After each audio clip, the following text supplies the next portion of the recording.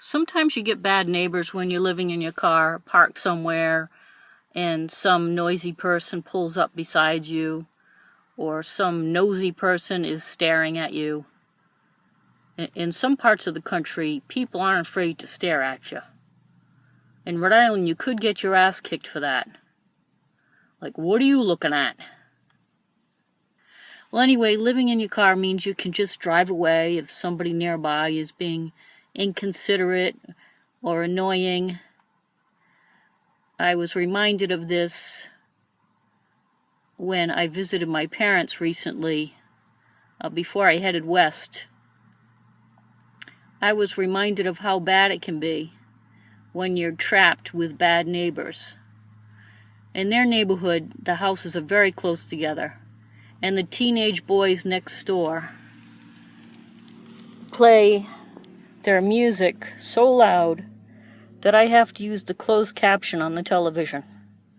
And they play that new fake country music that I hate. It's actually unusual to be blasting country music in Rhode Island. And their mother screams at them from morning till night, but not about the music. She's okay with the music.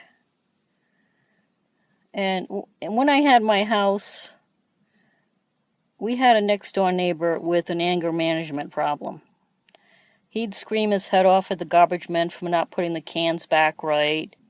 If that neighbor had gotten fired from his job and gone back and shot the place up, I wouldn't have been the least bit surprised.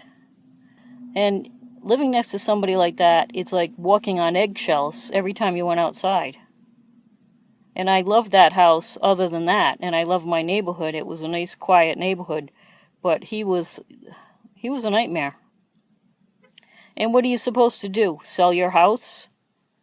Go to all the trouble of selling your house and then possibly moving to another neighborhood with other nightmare neighbors? Even when I got my first apartment, there was a family that lived above me.